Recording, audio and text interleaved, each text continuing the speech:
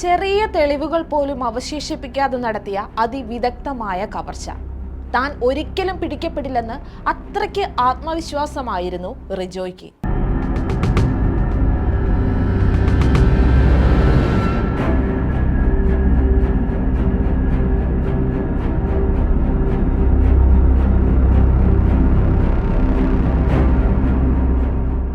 തെളിവുകളില്ല, സൂചനകളില്ല. പക്ഷേ പോട്ടയിൽ ബാങ്കിൽ കവർച്ച നടത്തിയ പ്രതിയെ ചാലക്കുടി പോലീസ് പിടികൂടി. കത്തികാട്ടി ഫെഡറൽ ബാങ്ക് പോട്ട ശാഖയിൽ നിന്ന് 15 ലക്ഷം രൂപ കവർന്ന പ്രതി റിജോയെ പോലീസ് കുടുക്കിയത് 3 ദിവസം രാപ്പകലില്ലാതെ അലഞ്ഞ അന്വേഷണത്തിലാണ്.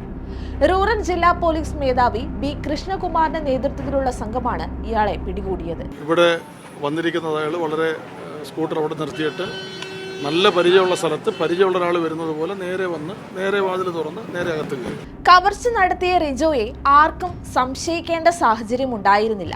നാട്ടിൽ ആഡംബര ജീവിതം നയിക്കുന്ന റിജോയെ ഒരിക്കലും ആർക്കും സംശയിക്കേണ്ട കാര്യമേ വേണ്ടിയിരുന്നില്ല. തമാശകൾ പറഞ്ഞു അയൽക്കാരുമായി കൂട്ടുകൂടിയും സമയം ചെലവഴിക്കുന്നതായിരുന്നു ഇയാളുടെ പതിവ് രീതി. കവർച്ചയെക്കുറിച്ച് അയൽക്കാർ ചർച്ച ചെയ്യുമ്പോൾ അതിലും റിജോ സജീവമായി പങ്കെടുത്തു.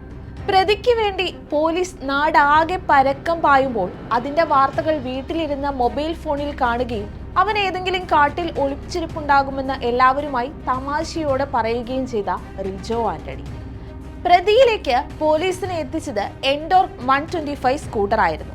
അന്വേഷണം വഴിതിരിച്ചുവിടാൻ പ്രതി റിജോ നടത്തിയ ശ്രമങ്ങൾ CCTVയിൽ പതിഞ്ഞ എൻഡോർ സ്കൂട്ടറിൽ നിന്നു യഥാർത്ഥ റൂട്ടിലേക്ക് തിരിച്ചുപോയി.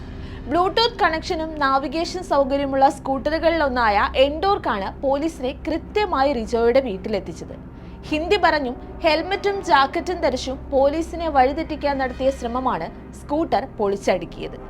സൂചനകളൊന്നും അവശേഷിപ്പിക്കാതെ നടത്തിയ കവർച്ച എന്ന ആത്മവിശ്വാസത്തോടെ കഴിഞ്ഞ പ്രതിക്ക് മറ്റൊരു തിരിച്ചടിയായത് മാറ്റാതിരുന്ന ഷൂ ആണ്. 500ഓളം CCTV ദൃശ്യങ്ങൾ പരിശോധിച്ച പോലീസിന് ഷൂവിന്റെ അടിയിലെ നിറമാണ് ആളെ തിരിച്ചറിയുന്നതിൽ പ്രധാന വഴിത്തിരിവായത്.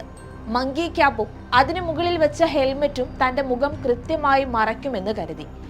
ഇടയ്ക്ക് വഴിയിൽ വെച്ച് വസ്ത്രങ്ങൾ മാറുമ്പോൾ പോലും ഹെൽമറ്റ് മാറ്റിയില്ല. ബാങ്കിൽ നിന്ന് 1.5 കിലോമീറ്റർ മാത്രം അകലമുള്ള വീട്ടിലേക്ക് ഉൾറോഡുകളിലൂടെ മാറിയാണ് സഞ്ചരിച്ചത്. ഗ്ലൗസ് ധരിച്ചിരുന്നതിനാൽ വിരലടയാളം ലഭിക്കില്ലെന്നും വിശ്വസിച്ചു. കൃത്യം നടത്തിയ ശേഷം മടക്കിയ യാത്രക്കിടെ വസ്ത്രങ്ങൾ മാറിയും സ്കൂട്ടറിന്റെ കണ്ണാടി മാറ്റിയും ആശയക്കുഴപ്പമുണ്ടാക്കിയെങ്കിലും ചില സൂചനകൾ അതവിടെ അവശേഷിക്കുന്നുണ്ടായിരുന്നു. ദൂർത്തടിച്ച് കളഞ്ഞ പണം കണ്ടെത്താനാണ് റിജോ 1 മാസത്തോളം മോഷണം ആസൂത്രണം ചെയ്തത്. ഹൈവേയിൽ നിന്ന് മാറി ഇടറോഡിലുള്ള ഫെഡറൽ ബാങ്ക്. പള്ളിയിൽ വരുമ്പോൾ റിജോ നേരത്തെ നോക്കി വെച്ചതാണ്. സമീപത്ത് കടകളില്ല. റോഡിൽ വാഹനങ്ങളും കുറവായതാണ് കവർച്ചയ്ക്ക് ഈ ബാങ്ക് അനുയോജ്യമെന്ന് റിജോ ഉറപ്പിച്ചത്. ആർഭാട ജീവിതത്തിന് പണം കണ്ടെത്താനായിരുന്നു 1 മാസത്തിലേറെ സമയമെടുത്ത് ആസൂത്രണം ചെയ്ത് റിജോ കവർച്ച നടത്തിയത്. ഗൾഫിലായിരുന്ന റിജോ 2 വർഷം മുമ്പാണ് ആശാരിപ്പാറയിലേക്ക് താമസത്തിനെത്തിയത്. വീട്ടിൽ ഇയാളുടെ സ്കൂട്ടർ കണ്ട പോലീസ് പ്രതി റിജോ തന്നെയെന്ന് ഉറപ്പിച്ചു. വീട്ടിലേക്കുള്ള വഴികളിലെല്ലാം പോലീസ് നിലയുറപ്പിച്ച ശേഷമാണ് അന്വേഷണ സംഘങ്ങൾ വീട്ടിലേക്ക് കയറിയത്. പോലീസാണെന്ന് തിരിച്ചറിഞ്ഞതോടെ പ്രതി ഞെട്ടി. ബാങ്ക് ജീവനക്കാരെ വിരട്ടാൻ ഉപയോഗിച്ച കരിക്കത്തി വിദേശത്ത് നിന്ന് കൊണ്ടുവന്നതാണ്. അതിതുവരെ കണ്ടെത്താനായിട്ടില്ല. 10 ലക്ഷം രൂപ ബണ്ടിൽ പൊട്ടിക്കാതെ സൂക്ഷിച്ചിരുന്നത് പോലീസ് കണ്ടെടുത്തതായാണ് സൂചന. ഭാര്യ അയച്ചു കൊടുക്കുന്ന പണം ദൂർത്തടിക്കുന്നതും ഇയാളുടെ പതിവാണ്.